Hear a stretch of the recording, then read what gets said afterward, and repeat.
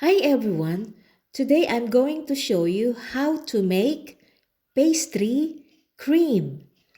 Pastry cream is made by heating milk, sugar, egg yolks, starch, and flavoring together.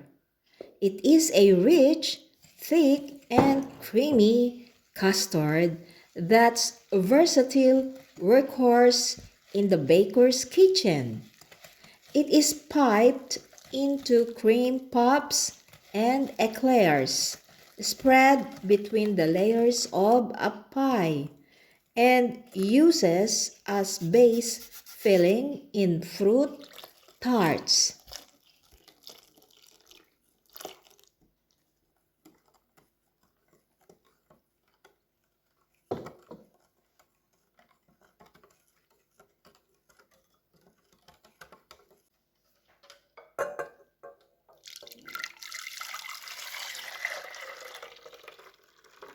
After I mixed all the ingredients, I poured it in the pot and lastly added the lemon zest.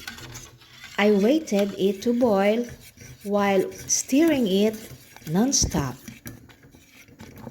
When the mixture becomes thick, it means it's done. And then I let it cool down and covered it with plastic wrap. I let it stay in the fridge for about 30 minutes. When it's time to use the pastry cream, I just use the spatula to break it down until it goes back to its creamy form.